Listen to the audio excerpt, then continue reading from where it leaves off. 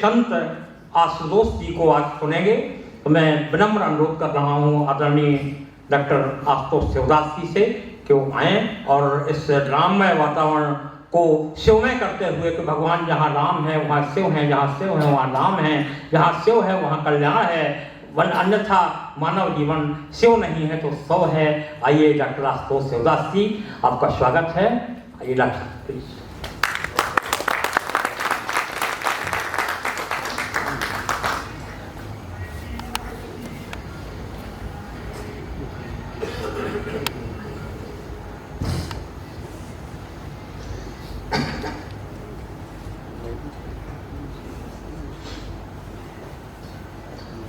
सबसे पहले भगवान राम जानकी माँ को मेरा प्रणाम, मेरे गुरुदेव को मेरा प्रणाम, मंच पे आसीन सभी विद्वजनों को मेरा नमस्कार, मेरा प्रणाम। जितने लोग सम्मुख हैं सभी को मैं हृदय से प्रणाम करता हूँ। राम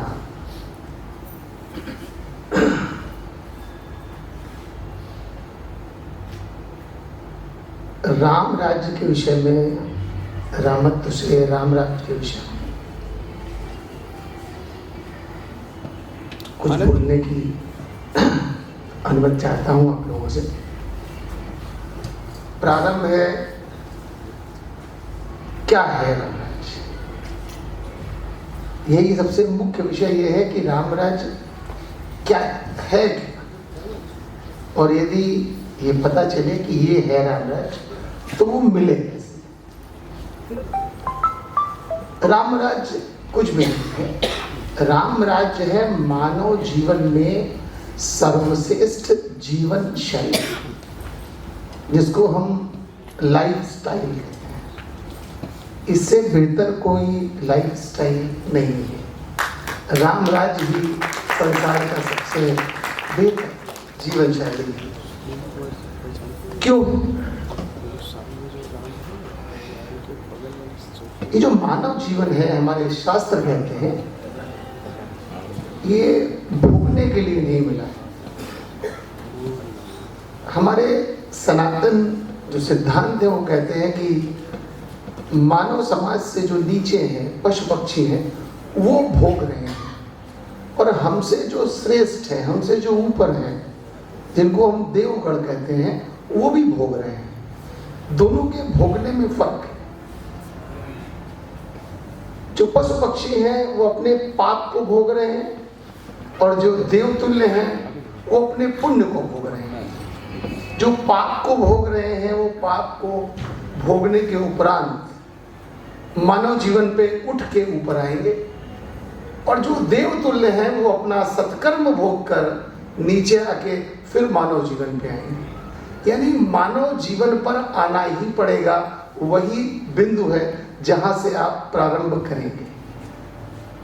इसको आप ऐसे मान लीजिए कि आपके ऊपर बहुत सारा कर्ज है, आप उसको अदा करेंगे, अदा करते करते जीरो पे आएंगे, और बहुत धन अर्जित कर लिया है, अब अर्जित नहीं कर सकते, खर्च करते करते पुनः जीरो पे आएंगे।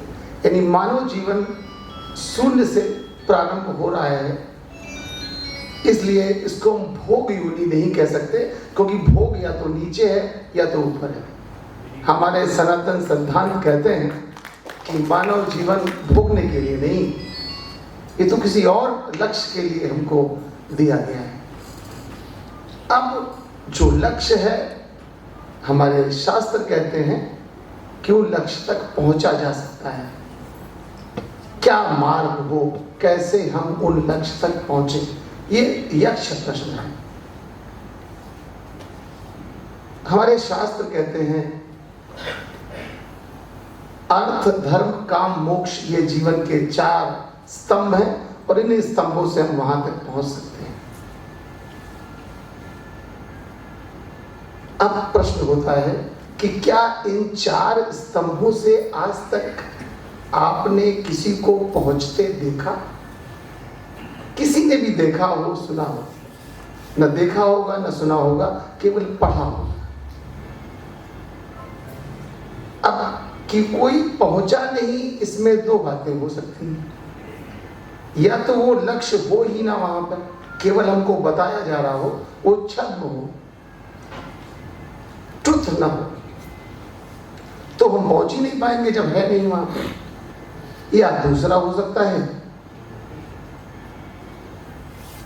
कि वो प्राप्त ना हो, लक्ष्य तो हो लेकिन ऐसा लक्ष्य हो जो प्राप्त ही नहीं हो सकता है, मानव जीवन के लिए प्राप्त ही नहीं है।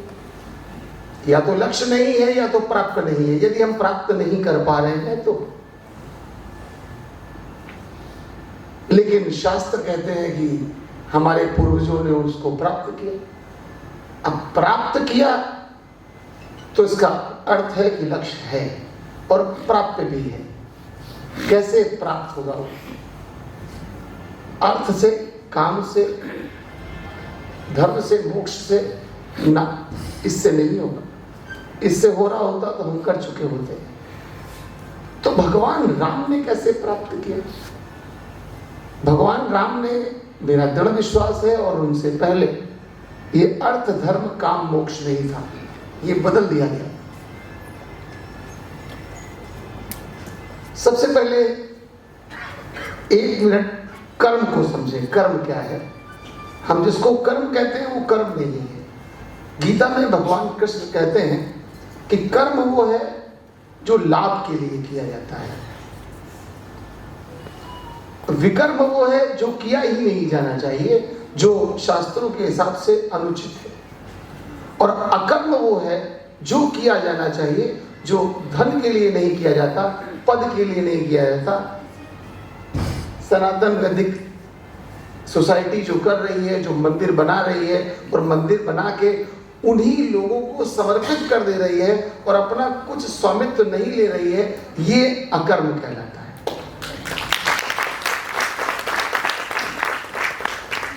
अब कर्म और अकर्म की बात मैंने बोली, अब मैं अपनी जगह वापस आता हूं। अर्थ कुछ भी नहीं है। बहुत सारे लोग बैठे होंगे, बोले आप कपड़े पहने हैं बिना अर्थ के कैसे आएंगे?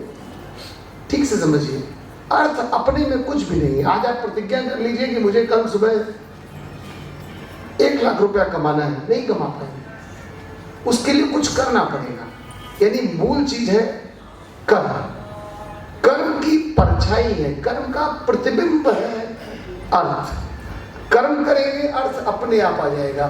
जैसे मैं आऊंगा, मेरी परछाई अपने आप आएगी। आप मेरी परछाई को नहीं ला सकते हैं बिना मेरे लाए। पहले कर्म को लाना पड़ेगा और फिर अर्थ स्वतः आएगा। जैसे अर्थ तो कहीं है ही नहीं, कर्म है। अर्थ तो परछाई है, परछाई नहीं आ सकती, अर्थ आएगा, कर्म आएगा। और कर्म नहीं आना चाहिए, क्योंकि कर्म तो हमने बहुत गलत जगह से उठा लिया। कर्म तो हम ऑफिस में लगे देखते हैं जहां लिखा होता है वर्क इज वर्कशिप, क्योंकि वो कर्म के ऊपर जानते नहीं, वो अकर्म जानते ही नहीं, विकर्म जानते ही नहीं, वो कर्म ही जानते हैं। वर्क इज वर्कशिप, ये बाइबल की बात है। बाइबल में जहां पर एक कोट मैं करता हूं, वहां पे बाइबल में एक बात लिखी है, वहां पे उन्होंने अपने को, एक क्षण मैं लूंगा, कहीं पर मैंने इसको कोट किया। बाइबल में लिखा हुआ है, give us this day our daily food. अपनी प्रेयर में वो कहते हैं give us our daily food, हमें प्रतिदिन का भोजन हे प्रभु दें। आपको नहीं लगता कि हम ईश्वर से प्रार्थना में भोजन मांग रहे हैं? क्या हम इतने कर्महीन हैं कि हम अपने इन भुजदंडों से, इन सशक्त बाहों से भोजन को अर्जित नहीं कर सकते? अगर हम भोजन को अर्जित नहीं कर सकते तो दुख है उस ऊपर वाले को जिसने हमको इतना सशक्त, इतना बुद्धिमान बनाया। हमें भोजन नहीं मांगना चाहिए। भोजन मांग के हम उसको, उसकी तौहीन कर रहे हैं। हम क्या थे, हम क्या हो गए? हम वर्क इस वर्कशिप में पहुंच गए। हम वो थे, गीता में अष्टावक्र गीता का पहला श्लोक, अष्टावक्र गीता में राजा जनक अपने गुरु अष्टावक्र से कहते हैं पहले श्लोक में, कथम ज्ञानम कथम ज्ञानम कथम मुक्तिम वैराग्यम च कथम। हे गुरु, हे प्रभु, ये बताएं ज्ञान कैसे प्राप्त होगा, मुक्ति कैसे मिलेगी, वैराग्य कैसे मिलेगा। स्वामी विवेकानंद अपने गुरु परमहंस जी से कहते हैं, अपनी माँ महाकाली से कहते हैं, हे माँ मुझे ज्ञान दो, भक्ति दो, वैराग्य दो। जहां हम ज्ञान को मांगते हैं, यही राजा जनक कह रहे हैं मुझे ज्ञान दो, यही विवेकानंद भी कह रहे हैं मुझे ज्ञान दो। राजा जनक कह रहे हैं कथम मुक्ति, मुक्ति कैसे होगी। विवेकानंद कह रहे हैं भक्ति कैसे होगी। दोनों ही अंत में कह रहे हैं वैराग्य दो, वैराग्यम च कथम, वैराग्य के बारे में बताइए। जहां हम ज्ञान, योग, वैराग्य, मुक्ति और भक्ति चाहते हैं, वहां हम रोटी के लिए याचना कर रहे हैं और कर नहीं रहे हैं। हमारी आरतियों में लिख दिया गया है, पिछले 500, 700, 1000 सालों में आ गया है, और हम आरतियां करते हैं सुख संपत्ति घर आवे। हम भिखारी हो गए हैं। हमारे अंदर इतना पुरुषार्थ नहीं रह गया है कि हम उसकी अपने बल पे उसको जीत सके। हमें भिक्षा नहीं मांगनी चाहिए, अपने पुरुषार्थ से अर्जित करना चाहिए। हम क्या थे? हम वो थे जिसने अस्थियों का दान देके, देवताओं को अस्थियों का दान देके हम दधीची बने। हम दधीची थे, हम रोटी मांगने वाले नहीं थे। हमने अपने पुत्र का बलिदान दिया और उफ नहीं किया, हम ऐसी पन्याध्याय थे। हम ऐसी मीरा थे, हम ऐसे लाला हरदौल थे जिन्होंने जानते हुए विष का प्याला पी लिया और एक बार भी ये नहीं कहा कि मृत्यु हो जाएगी। हम देने के लिए जाने जाते थे, हम भिखारी हो गए, हम मांगने लगे, क्योंकि हमने उनको फॉलो कर लिया जिनको हम अपने से श्रेष्ठ समझते हैं। वो हमसे श्रेष्ठ नहीं। अकर्म, कर्म नहीं, अकर्म करेंगे। भगवान राम तो कर्म कर ही नहीं सकते हैं। भगवान राम कर्म नहीं कर सकते। भगवान राम कृष्ण के रूप में गीता में कहते हैं कि इस संसार में कुछ भी कर्म ऐसा नहीं जो मेरे करने के योग्य हो। कुछ भी शेष नहीं है, सब मैं कर चुका हूं। मैं तो केवल कर्म ही कर ही नहीं सकता हूं, मैं तो अकर्म कर सकता हूं। जब वो वन जा रहे हैं, सीता जी का हरण नहीं हुआ है, सीता जी के हरण के पूर्व ही वो कहते हैं कि इस भूमि को मैं निश्चरहीन कर दूंगा। निश्चरहीन, इस भूमि को निश्चरहीन कर दूंगा। यदि बात वो सीता हरण के उपरांत कहते तो लोग कहते कि पत्नी चली गई इसलिए इतनी बड़ी बड़ी बातें बोल रहे हैं। उन्होंने कभी नहीं कहा, सीता के जाने के पूर्व ही कहा कि इस पृथ्वी को निश्चरों से हीन करेंगे। ये है अकर्म। राम अकर्म कर ही नहीं सकते। वेद कहते हैं कि जाकी श्वास, जाकी सहज श्वास सुतिचारी, सो हरि पढ़े कौतुक भारी। वो पढ़ भी नहीं सकते हैं क्योंकि उनकी सांस में चारों वेदों का उच्चारण समाहित है। वो न पढ़ सकते, सब कुछ कर चुके हैं, वो तो केवल अकर्म कर सकते हैं। और जब वो अकर्म करते हैं तभी धर्म जुड़ता है। कर्म से कभी धर्म नहीं जुड़ेगा, कर्म से तो अर्थ जुड़ा है। कर्म से अर्थ जुड़ा है और अर्थ से व्यापार जुड़ा है, और व्यापार में तो सब कुछ जायज है। जहां सब कुछ जायज है, जहां सब कुछ वैलिड है, वहां धर्म नहीं हो सकता, वहां अधर्म होगा। इसी अर्थ को हटाइए, अकर्म को जोड़िए, तब बात करिए धर्म की। यदि अकर्म की बात करेंगे तब धर्म की बात होगी। तो मेरा यह दृढ़ विश्वास है कि भगवान राम और उनके पूर्वज, और जो हमारे भी पूर्वज रहे होंगे, उन्होंने अर्थ को नहीं लिया, पहिए बदल दिए गए हैं। पहिए थे अकर्म, फिर धर्म, अब धर्म आपको मिल जाएगा। अब ये दो बातें पूरी हो गई। तीसरी बात आती है काम, अर्थ, धर्म, काम और मोक्ष। ये हमको बताया गया। अकर्म फिर धर्म, काम तो कहीं है ही नहीं। राम को कहां काम? राम को कोई काम नहीं। वो तो कहते हैं इस ब्रह्मांड में मेरे लिए करने के लिए कोई शेष ही नहीं है, और वो काम की बात कर रहे हैं। जिस काम को नॉर्मली जन सामान्य में आप सेक्स कहते हैं, वो राम जिसने काम को जीत लिया। कि राम ने नहीं जीता, राम, भरत, लक्ष्मण, शत्रुघ्न सभी 14 वर्षों तक राम के साथ सीता थी, कोई काम नहीं। लक्ष्मण तो अलग थे, भरत नंदीग्राम में थे और शत्रुघ्न भरत की सेवा में थे, कोई काम नहीं। कहां है काम? क्यों नहीं है काम? क्योंकि ज्ञान है। जो व्यक्ति अकर्म करेगा, धर्म होगा, वो अपने आप ज्ञान आ जाएगा, और जब ज्ञान आएगा तब ईश्वर की तरफ आप चलते हैं। भगवान कृष्ण गीता के 4थे अध्याय में कहते हैं, ज्ञानवानाम ममम प्रपद्ये बहुनाम जन्मासा मनन्ते। बहुत सारे जन्मों के उपरांत कुछ ज्ञानवान लोग होते हैं जो मेरी तरफ आते हैं। ज्ञान से आप ईश्वर की तरफ चलना प्रारंभ करते हैं, बिना ज्ञान के नहीं। जरा विचार करिए, जनक ने पहले वैराग्य नहीं मांगा, वो वैराग्य मांग नहीं सकते, वैराग्य हो नहीं सकता।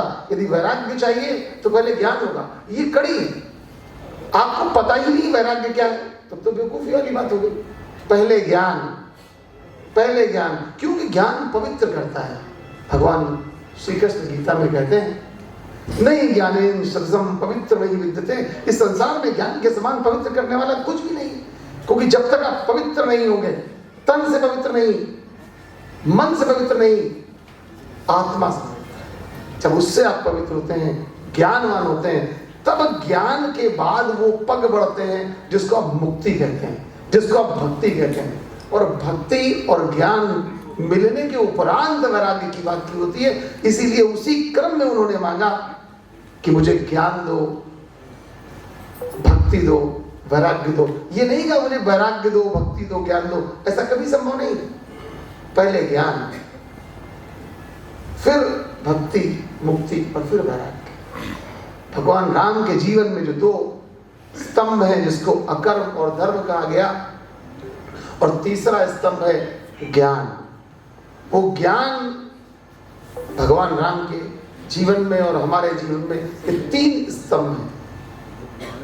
ये 3 स्तंभ वास्तव में एक चारपाई के 3 स्तंभ। अगर इन 3 स्तंभों को चारपाई के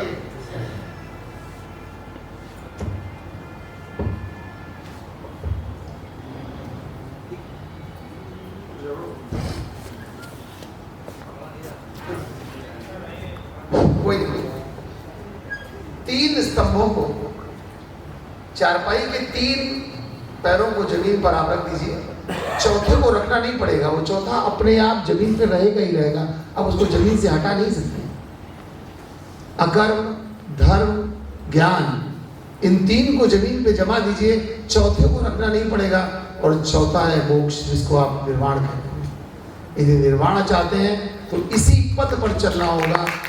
अकर्म, धर्म, ज्ञान और मोक्ष। कर्म, अर्थ, धर्म, काम और मोक्ष को छोड़िए। अर्थ में फंस जाएंगे, आगे कभी बढ़ ही नहीं पाएंगे, सारा जीवन वही चक्कर काटते रहेंगे।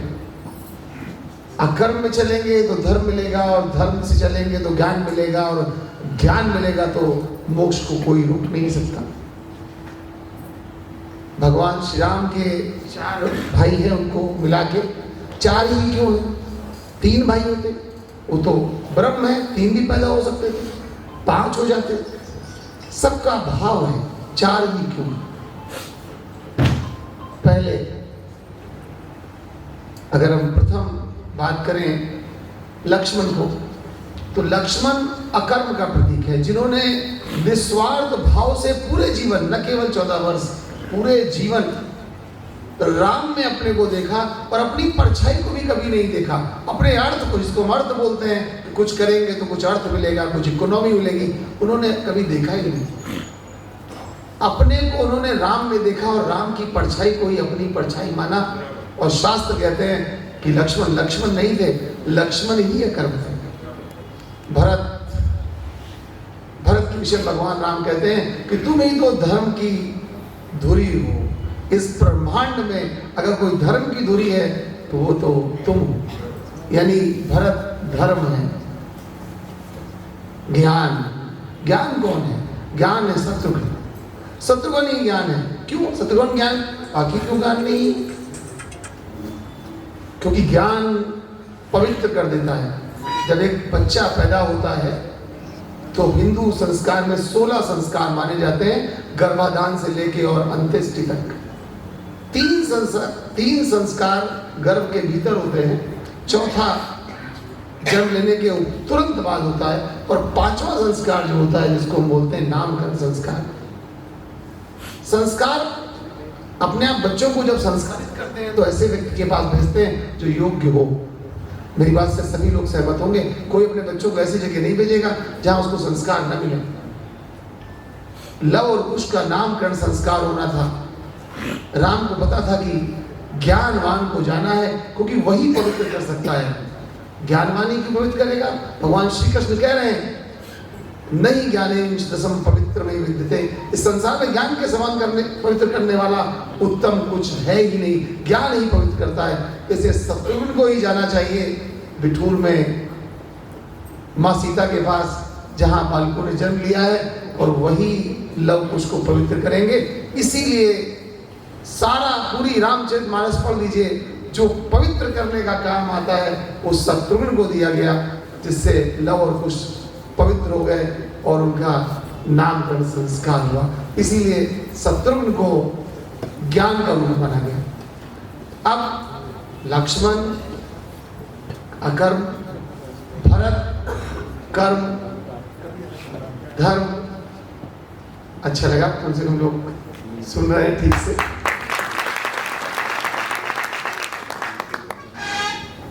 लक्ष्मण अकर्म, भरत धर्म, शत्रुघ्न ज्ञान के रूप में आपके जीवन में यदि आ जाएंगे तो चौथा पैर, चौथा पाया राम स्वतः ही नहीं रोक पाएंगे। उन्हें आना ही पड़ेगा कि जहां वो 3 होंगे राम को आना ही होगा। यही है राम राज्य, यही है तरीका, यही है मैथोलॉजी। अगर आप चाहते हैं कि राम राज आए तो किसी का सहारा नहीं, आपको अपना सहारा। आप स्वयं में सक्षम हैं, आप जब चाहें दधीची बन सकते हैं, कोई रोक नहीं सकता। हम उन्हीं की संतान हैं। मैं प्रभु से कामना करता हूं सभी लोग अपने जीवन के उद्देश्य में सफल हो, हमारे महान गुरुदेव की कृपा सबको मिले। इसी के साथ मैं अपनी बात को समाप्त करता हूं। एक बार भगवान राम का नाम लेंगे, बोले जय जय श्री राम, नमः शिवाय।